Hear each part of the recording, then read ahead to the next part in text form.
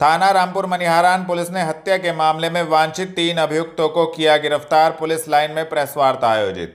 आपको बता दें, वरिष्ठ पुलिस अधीक्षक के निर्देशन में पुलिस अपराध नियंत्रण हेतु अपराधियों के विरुद्ध कार्रवाई कर रही है।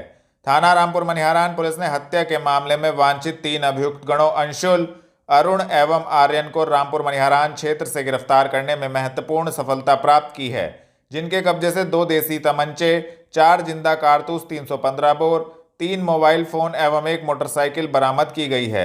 इस संबंध में एसपी सिटी अभिमन्यु मांगलिक ने पुलिस लाइन में प्रेस वार्ता कर संबंधित जानकारी दी है। जी हाँ, 31 मार्च को रामपुर मनिहारन में पिलखनी गांव जो है वहाँ पर ये पूरी घटना हुई थी, जिसमें 2 लोगों ने फायरिंग करी। फायरिंग में जो निगम है उसके कंधे पर गोली लगी थी और उसका जो बटाईदार कलम सिंह है उसकी वहाँ पे हत्या हो गई थी। 31 मार्च को कलम सिंह के परिजनों की जो तहरीर है उस पर मुकदमा पंजीकृत कर लिया गया था। SC/ST और 302 का मुकदमा पंजीकृत किया गया था। उसके बाद इसमें हमने CO नकुड़ के लीडरशिप में हमने जो सर्विलेंस टीम है और SOG टीम है और रामपुर मनिहारन की स्थानीय जो थाने की टीम है उनको लगा दिया गया था घटना के नारवण में। इसमें जो हमें वहाँ पे घटना के आसपास जो CCTV फुटेज मिली, जो आसपास लोगों से पूछताछ हुई, और हमें एक बहुत इंपॉर्टेंट ये भी क्लू मिला था कि जो इनका बेटा है निगम जो हिस्ट्री शीटर रहा है, उसका बेटा उसका नाम आर्यन है। आर्यन से इसकी रंजिश चल रही थी काफ़ी समय से। रंजिश के कारण बहुत सारे बताए जा रहे हैं। एक कारण तो ये था कि निगम जब जेल गया था, जिस अपराध में उसने अपनी बीवी को ही गोली मार दी थी, जो आर्यन की माँ थी उसको गोली मार दिया था, उसमें इसने 14 साल आजीवन कारावास काटा है। 1 साल पहले ही जेल से बाहर निकल कर आया था। इनके पास कुछ पैतृक संपत्ति भी थी, जिसके बंटवारे को लेकर इन दोनों में बाप और बेटे में रंजिश रहती थी। और इसी को देखते हुए आर्यन ने ये डिसाइड किया था अपने दोस्त अर्पित राठी के साथ मिलकर कि 2 लोगों को बुलाया जाएगा। इसमें 2 लोग जो हैं ये अंशुल और अरुण हैं। ये गांव फतेह चंदपुर थाना तीतरो के रहने वाले हैं। इनका आपराधिक इतिहास भी है। इन दोनों को बुलाया गया, इन्होंने रैकी करी और ये जो इनके पास से जो अवैध तमंचे मिले हैं इनके द्वारा ये पूरी घटना कारित की गई थी।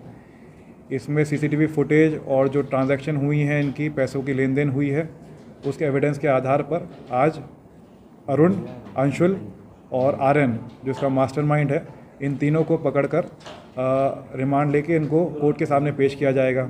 इसमें एक अभियुक्त अभी तक वांछित है जिसका नाम अर्पित राठी है। सर, आर्यन जो गोली मारी थी, निगम को मारने वाला था, बल्कि उसमें जो काम करता था उसे गोली लगी। क्या निगम दोषी है इसमें? क्या? जी हाँ, जो अभी तक जितनी भी हमारी तफ्तीश हुई है उसमें निगम का कोई भी रोल नहीं आया है। निगम को खुद को गोली लगी थी और इस घटना को कराने का ऑब्जेक्टिव भी निगम को ही मारने का था। फायरिंग में जो कलम सिंह मारे गए हैं वो एक तरीके से उनको मारना उद्देश्य नहीं था, लेकिन वो आ गए सामने तो इस वजह से उनको गोली लगी और उससे उनकी हत्या हो गई। सर, ज़मीनी रंजिश मेन थी, क्योंकि आर्यन का कहना था कि जितनी पैतृक संपत्ति है उसको ये बेच रहा है और जो जितने पैसे आ रहे हैं वो घर में नहीं देता और उसको शराब का सेवन करने में और बाकी अपनी शौक अयाशी में वो उड़ा रहा है। थाना गागलहेड़ी पुलिस ने जिला बदर अभियुक्त को ग्राम कैलाशपुर मस्जिद के पास से किया गिरफ्तार की कार्रवाई। आपको बता दें, वरिष्ठ पुलिस अधीक्षक के निर्देशन में पुलिस अपराधियों के विरुद्ध कार्रवाई कर रही है। थाना गागलहेड़ी पुलिस ने जिला बदर अभियुक्त अमजद को ग्राम कैलाशपुर मस्जिद के पास से गिरफ्तार करने में महत्वपूर्ण सफलता प्राप्त की है, जिसके कब्जे से 1 तमंचा, 1 जिंदा कारतूस 315 बोर बरामद किया गया है। संबंधित धाराओं में कार्रवाई करते हुए अभियुक्त को न्यायालय के समक्ष पेश किया गया है। गिरफ्तार करने वाली टीम में थाना अध्यक्ष संदीप कुमार, उप निरीक्षक पुष्पेंद्र कुमार, हेड कांस्टेबल सोनू मौजूद रहे। थाना जनकपुरी पुलिस ने अवैध शस्त्र सहित 2 अभियुक्तों को ग्राम छज्जपुरा मार्ग के पास से किया गिरफ्तार की कार्रवाई। आपको बता दें, जनपद में पुलिस अपराध नियंत्रण हेतु अपराधियों के विरुद्ध कार्रवाई कर रही है। थाना जनकपुरी पुलिस ने 2 शातिर अभियुक्तगण शिवाजी उर्फ शिवा, रोमित को ग्राम छज्जपुरा मार्ग के पास से गिरफ्तार करने में महत्वपूर्ण सफलता प्राप्त की है, जिनके कब्जे से 1 तमंचा, 1 जिंदा कारतूस 315 बोर, 1 चाकू एवं 1 मोटरसाइकिल बरामद की गई है। संबंधित धाराओं में कार्रवाई करते हुए दोनों अभियुक्त गणों को न्यायालय के समक्ष पेश किया गया है। गिरफ्तार करने वाली टीम में उप निरीक्षक विक्रांत सिंह, हेड कांस्टेबल विशाल कुमार मौजूद रहे। बंजारों के पुल पर दिल्ली दरबार होटल स्वामी पर दबंगों ने किया जानलेवा हमला, पुलिस मामले की जांच में जुटी। आपको बता दें, थाना कुतुबशेर क्षेत्र अंतर्गत बंजारों के पुल पर दिल्ली दरबार होटल स्वामी पर दबंगों ने जानलेवा हमला कर दिया, जिसके चलते क्षेत्र में अफरा तफरी का माहौल हो गया। हुए हमले में 2 लोगों के गंभीर चोटें आई हैं। सूचना मिलते ही मौके पर पहुंची पुलिस ने दोनों घायलों को उपचार हेतु जिला अस्पताल में भर्ती कराया। पुलिस आगे की कार्रवाई में जुट गई है। कार्रवाई के संबंध में एसपी सिटी अभिमन्यु मांगलिक ने जानकारी दी। जी, कुतुबशेर क्षेत्र में जो बंजारों का पुल है वहाँ पे दिल्ली दरबार होटल है, उसके बाहर एक ही समुदाय के 2 समूह के बीच में पैसों के लेन देन को लेकर झगड़ा हुआ। उसमें दोनों के ही काफ़ी गंभीर चोट आई हैं, दोनों पक्षों के, लेकिन अभी खतरे से बाहर हैं दोनों ही पक्षों के विरुद्ध 307 का मुकदमा पंजीकृत कर दिए गए हैं और अग्रिम कार्रवाई कराई जा रही है। कितने लोग थे लगभग जो घायल? इसमें 2 लोग हैं मेन जिनके चोट आई है और दोनों ही पक्षों से कुछ लोगों के नाम लेकर उसमें 307 के मुकदमे पंजीकृत कर लिए गए हैं। ईद उल फितर की नमाज को लेकर मुस्लिम धर्म गुरुओं ने रोजेदारों से सड़क पर नमाज अदा न करने की करी अपील। आपको बता दें, ईद उल फितर की नमाज को लेकर मुस्लिम धर्म गुरुओं ने सरकार की गाइडलाइन का पालन करने की बात कही है। मुस्लिम धर्म गुरुओं ने कहा कि शहर में सभी रोजेदार मस्जिदों, ईदगाहों या अपने घर पर ही नमाज अदा करें। उन्होंने कहा कि खुदा की इबादत ईदगाह के अंदर ही होनी चाहिए। नमाज में अगर जगह नहीं मिलती है तो वह दूसरी नमाज का इंतजार कर लें। अल्लाह का शुक्र है कि रमजान मुबारक का महीना बहुत खैर आफियत के साथ, अमन और सुकून के साथ गुजरा है। अल्लाह से दुआ करें कि आगे रमजान ईद उल फित्र का त्यौहार भी इसी प्यार मोहब्बत के साथ अदा करें। और इस मौके पर मैं तमाम बिरादरान वतन को ईद की पुरखुलूस मुबारकबाद देते हुए एक अपील करता हूं तमाम लोगों से, बिलखुसूस अपने मुस्लिम भाइयों से। वो ये है कि ईद की नमाज 6:20 से सहारनपुर में शुरू हो जाएगी और लगभग 11 बजे घंटाघर जो खिरनी वाली मस्जिद है उसमें आखिरी नमाज अदा होती है। बराए करम आप जिस मस्जिद में भी अपनी नमाज अदा करें तो वक्त पर पहुंचें और मस्जिद की हुदूद के अंदर ही नमाज अदा करें। सड़कों पर या गलियों पर कहीं बिल्कुल नमाज अदा ना करें। उसकी 2 वजह है। एक तो यह कि शासन प्रशासन की गाइडलाइन इसी तरह की है, कई साल से चल रही है, आप हजरात को मालूम है, उस पर अमल भी हो रहा है। तो इस आपको एहतियातन बताना पड़ रहा है कि बहुत सारे हमारे भाई देर में तशरीफ लाते हैं, नमाज का वक्त हो जाता है, मस्जिद फुल हो जाती है या ईदगाह फुल हो जाती है और फिर बाहर उनको जगह नहीं मिलती तो वो सड़क पर कोशिश करते हैं। तो उससे हमें परहेज करना है। दूसरी बात, चूंकि शासन और सरकार ने जब मना कर दिया तो मसले की रूह से भी वहां पर हमारी नमाज की अदायगी नहीं होगी। मुफ्तियान किराम का कहना यह है कि जिस जगह पर जिसकी मिल्कियत हो, अगर वो मिल्कियत वाला मना करे कि यहां पर हम नमाज नहीं पढ़नी तो हमें नमाज नहीं पढ़नी चाहिए। तो इसलिए हमारी कोशिश ये हो कि हर मस्जिद में ईद की नमाज अदा कराएं। तमाम मुतवल्लियान, कमेटी के हजरात, इमाम साहिबान इस पर ध्यान दें कि ईद की नमाज हर मस्जिद में अदा हो और उसका ऐलान कर दें। और इसी वजह से कि ताकि किसी को कोई उलझन और दिक्कत ना हो। बस फिर मैं एक बार आप सबको ईद की मुबारकबाद देता हूं और उम्मीद करता हूं कि इंशाअल्लाह खैर और खूबी के साथ, प्यार मोहब्बत के साथ, खुश असलूबी के साथ जो ईद का पैगाम है, खुशियों भरी और मोहब्बत के उनका जो काम है, अहले सियासत जाने हमारा पैगाम मोहब्बत है जहां तक पहुंचे, इस पर हमारा अमल होगा। जज़ाकल्लाह। अस्सलामु अलैकुम वरहमतुल्लाहि वबरकातुहू। रमज़ानुल मुबारक का महीना अपने इख्तिताम पर है, खात्मे पर है। इंशाअल्लाह 10 अप्रैल को या 11 अप्रैल को ईद उल फित्र होगी और ईद की नमाज ईदगाह में इंशाअल्लाह सुबह 8:15 बजे होगी।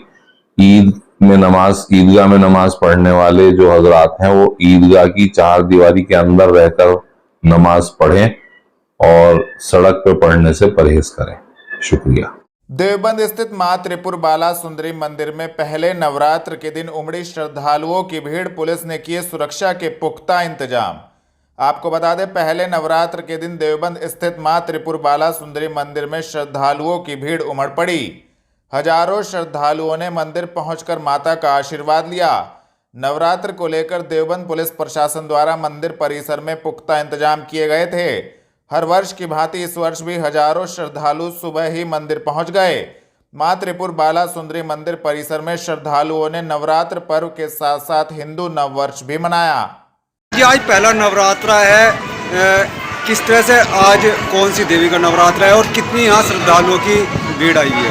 आज पहले नवरात्रों में हजारों आदमियों की भीड़ है।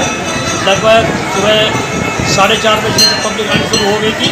अब तक लाइन बराबर चल रही है, डबल लाइन है और बहुत हर्षोल्लास से पहले नवरात्र का पर्व मनाया जा रहा है। नववर्ष इसके साथ साथ नए साल का भी आनंद पूरा मनाया जा रहा है। तो आज देवी जो है किस चीज़ पर सवार होकर आज देवी आई है?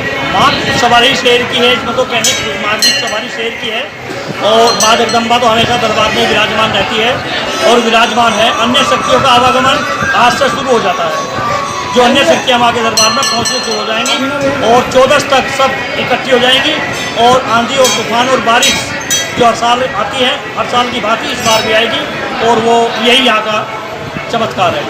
महाराज एक यहाँ शिलापट भी लगा हुआ है, कहा जाता है कि आज तक इसकी भाषा कोई नहीं जान पाया, क्या रहस्य है? ये जो शिलालेख ऊपर लगा हुआ है इसे आज तक कोई ना तो पढ़ सका ना बता सका। सन 82 और 81 में लगातार इंदिरा गांधी 2 बार आई देवबंद और नारायण दत्त तिवारी शायद मुख्यमंत्री थे यूपी के, आए, उन्होंने इसका देखा भी, पर इसकी भाषा को कोई नहीं बता पाया। पूरा तत्व विभाग भी आया और सुप्रीम कोर्ट हाई कोर्ट के जजों की टीम बना के भी भेजी गई, पर वो इस लिपि को नहीं बता पाए लिपि में लिखा क्या है। आज तक इस लिपि का राज ही है। क्या मान्यता है यहाँ इस मंदिर की, क्या रहस्य यहाँ पर छुपे हुए हैं? मान्यता यह है कि शक्तिपीठ है, इसके दरबार में जो भी आता है उसकी मुरादें पूरी होती हैं। ये पब्लिक का आवागमन बता रहा है कि माँ के दरबार में जो आया है उसकी मनीषा पूरी होती है। और सती का गुप्तन यहाँ पर गिरा था जिसके साक्षात्कार दर्शन नहीं कर सकते और माँ पिंडी के स्वरूप में है, जो पूरे भारत में 3 जगह पिंडी का स्वरूप है। वैष्णो देवी, त्रिलोकपुर और देवबंद पिंडी के रूप में है। माँ पिंडी फूलों के बीच में रहती है, बाहर से दर्शन करने। तो यहाँ मेला भी लगता है, कब से मेला शुरू होगा? मेला लगता है बहुत बड़ा, 1 महीने का मेला चलेगा। 22 तारीख से मेला शुरू है, 1 महीना बराबर मेला चलेगा और लाखों श्रद्धालु रोज मंदिर के दरबार में पहुंचेंगे। राजस्थान, गुजरात, हरियाणा, महाराष्ट्र, दूर दूर प्रदेशों से आदमी आते हैं और 1 महीना लगातार मेला चलता है।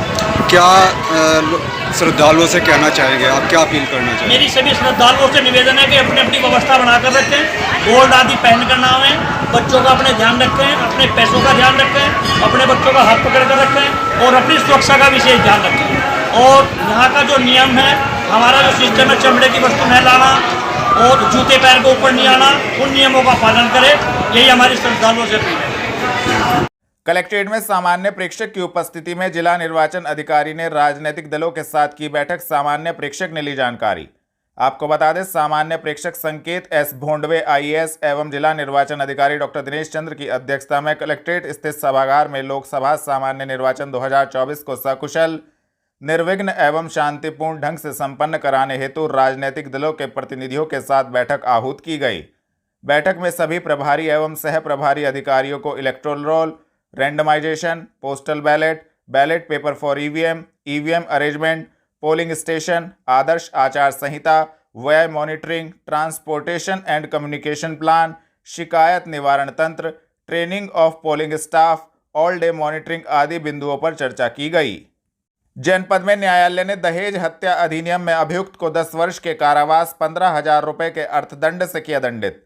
आपको बता दें, 2 नवंबर 2021 को मुकेश की पुत्री शिवानी से अभियुक्त अमन कुमार द्वारा दहेज की मांग करना, मांग पूरी न होने पर फांसी पर लटकाकर हत्या कर देने की सूचना पर संबंधित धाराओं में थाना कोतवाली देहात में अभियोग पंजीकृत हुआ था। उपरोक्त अभियोग माननीय न्यायालय में विचाराधीन था। वरिष्ठ पुलिस अधीक्षक के निर्देशन में थाने से की गई सशक्त पैरवी के चलते न्यायालय ने संबंधित मामले में दोषी अभियुक्त को 10 वर्ष के कारावास, 15,000 रुपये के अर्थदंड से दंडित किया है। थाना सदर बाजार का वरिष्ठ पुलिस अधीक्षक ने किया आकस्मिक निरीक्षण। चुनाव संबंधी अभिलेखों का किया अवलोकन। आपको बता दें, वरिष्ठ पुलिस अधीक्षक डॉक्टर विपिन ताड़ा द्वारा लोकसभा सामान्य निर्वाचन 2024 के दृष्टिगत थाना सदर बाजार का आकस्मिक निरीक्षण किया गया। आकस्मिक निरीक्षण कर चुनाव संबंधी अभिलेखों का अवलोकन किया गया। लोकसभा सामान्य निर्वाचन 2024 की तैयारियों का जायजा लेकर संबंधित को आवश्यक दिशा निर्देश दिए गए। अंबाला रोड स्थित आवास पर युवा नेता साहिल खान ने बसपा प्रत्याशी को दिया समर्थन। भाजपा को सत्ता से हटाने के लिए बसपा को बताया विकल्प। आपको बता दें, बहुजन समाज पार्टी के लोकसभा प्रत्याशी माजिद अली को लगातार लोगों का समर्थन मिलने से उनका कारवां धीरे धीरे गति पकड़ रहा है। अंबाला रोड स्थित आवास पर बहुजन समाज पार्टी से नकुड़ विधानसभा से विधायकी का चुनाव लड़ चुके युवा नेता साहिल खान एवं उनके पिता पूर्व चेयरमैन खालिद खान द्वारा अपने समर्थकों के साथ सहारनपुर लोकसभा से बसपा प्रत्याशी माजिद अली को अपना समर्थन देते हुए जीत का आह्वान किया गया। चेयरमैन साहब एक तरफ विधायक प्रत्याशी है, क्या मानते हैं कितना चुनाव में फर्क पड़ने वाला है? चुनाव में देखो, चुनाव एक तरफा है। यहाँ बहुजन समाज पार्टी के साथ मिलके हमने पहले 3 लोकसभा मेंबर जिताए, चौथा में हूँ। अब के हमें जीत के जाएंगे। एक तरफा चुनाव है, भाजपा के साथ ही चुनाव होना, और तो कोई है ही नहीं। जो चुनाव लड़ रहे हैं वो खुद बार बार चिल्ला के इस बात को दोहरा रहे कि अगर जीत दर्ज करनी है तो एक ही फार्मूला है, बहुजन समाज पार्टी। बहुजन समाज पार्टी के साथ मिलके हम अपना वोट डालेंगे तो आसानी से जीत दर्ज करेंगे। कोई और दूसरा रास्ता है ही नहीं, कोई और विकल्प नहीं है बहुजन के अलावा। सहारनपुर लोकसभा में इस वक्त ठाकुर समाज जो है वो नाराज है भारतीय जनता पार्टी से। इंडिया गठबंधन के प्रत्याशी ठाकुर समाज उनके साथ है। अभी चेहरे को उन्होंने जिलाध्यक्ष बनवाया है कांग्रेस का। क्या मानते हैं बसपा को कितना वोट मिलने वाला है? ठाकुर समाज के लोगों को पता है कि यहाँ बेहतर इंसान कौन है। वो मुझे आके बधाई दे रहे, बोल रहे कि भाई हमारा एक तरफा वोट आपको जाएगा, गठबंधन को तो सवाल ही पैदा नहीं होता कि हम अपना वोट दे दें। साइनिस जितने भी सर्व समाज के लोग हैं, क्योंकि हम चेयरमैन रहे, हमने सबका काम किया, सबको साथ लेके चले। कोई एक समाज का आदमी हमसे नाराज़ नहीं होगा। और ये लोगों के साथ जो गलत करते हैं तो वो अब इसका बदला लेंगे। मुकाबले किससे मानना है? भाजपा से ही, और तो कोई है ही नहीं मुकाबले में। और कौन है? भाजपा ही है। तीसरी बार मुख्यमंत्री आ रहे हैं 12 तारीख को, कल राजनाथ सिंह आ रहे हैं, तो ये मुकाबले का ये डर है कि भारतीय जनता पार्टी का शीर्ष क्षेत्र तो सहारनपुर में लगातार पिछले 10 दिन से। देखो, उनका अपना काम है आने का, वो तो आएंगे, उनकी सरकार है। लेकिन यहाँ इंशाअल्लाह कोई फ़र्क नहीं पड़ने वाला। यहाँ बहुजन समाज पार्टी के साथ हम अपना वोट मिला के डालेंगे तो इंशाअल्लाह जीत दर्ज होगी एक तरफा। कोई दिक्कत यहाँ नहीं आएगी साहब। थाना जीआरपी पुलिस ने हिस्ट्री शीटर अपराधी सहित 2 चोरों को रेलवे स्टेशन टपरी जंक्शन से किया गिरफ्तार। आपको बता दें, पुलिस अधीक्षक रेलवे अनुभाग मुरादाबाद आशुतोष शुक्ल के निर्देशन में जीआरपी पुलिस अपराधियों पर कार्रवाई कर रही है। थाना जीआरपी पुलिस ने हिस्ट्री शीटर अपराधी व चोर प्रदीप उर्फ काके, एक शातिर चोर उमेश उर्फ महेश को रेलवे स्टेशन टपरी जंक्शन से गिरफ्तार करने में महत्वपूर्ण सफलता प्राप्त की है, जिनके कब्जे से 2 मोबाइल फोन एवं एक चाकू बरामद किया गया है। संबंधित धाराओं में कार्रवाई करते हुए दोनों अभियुक्त गणों को न्यायालय के समक्ष पेश किया गया है। गिरफ्तार करने वाली टीम में उपनिरीक्षक राजेश कुमार, कांस्टेबल मनोज तोमर मौजूद रहे। Kailashwati Gupta academy junior high school में परीक्षा फल घोषित। कार्यक्रम में अतिथियों ने किया बच्चों को सम्मानित। आपको बता दें, सकलापुरी रोड स्थित Kailashwati Gupta academy junior high school में वार्षिक उत्सव के साथ साथ परीक्षा परिणाम घोषित किया गया।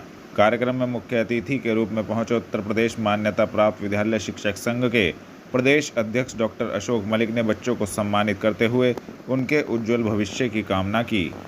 मेरा नाम डॉक्टर अशोक मलिक, मैं मान्यता प्राप्त विद्यालय शिक्षक संघ उत्तर प्रदेश का अध्यक्ष हूँ। आज उत्तर प्रदेश के जनपद सहारनपुर में सुपर बिहार कॉलोनी में कैलाशवती पब्लिक स्कूल का आज वार्षिक उत्सव के कार्यक्रम के साथ साथ परीक्षा परिणाम घोषित हुआ है। हमारा कहना है कि प्रतिस्पर्धा से ही बच्चों का सर्वांगीण विकास संभव है।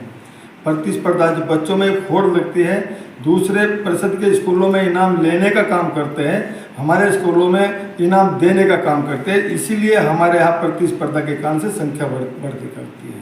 हमारे स्कूल के संचालक जिस तरीके से पूरे वर्ष मेहनत करने के बाद में जो 1 साल के बाद में ये तमाम जो पैसा इकट्ठा होता है वो आपका आज के दिन वार्षिक उत्सव के समय पर लगा दिया जाता है बच्चों को पढ़ाई देने के लिए। इसलिए हमारा कहना ये है कि उधर दूसरे स्कूलों में और हमारे स्कूलों में वहाँ जो 80,000 रुपये तनख्वाह लेते हैं, उनके स्कूलों में संख्या नहीं है। हमारे स्कूलों में उनके ट्रेन टीचर हैं तब भी उनके यहाँ संख्या नहीं है, और हमारे स्कूलों में अनट्रेन टीचर होते भी संख्या ज़्यादा है, क्योंकि हमारे यहाँ मेहनत ज़्यादा की जाती है, बच्चों को पढ़ाया जाता है।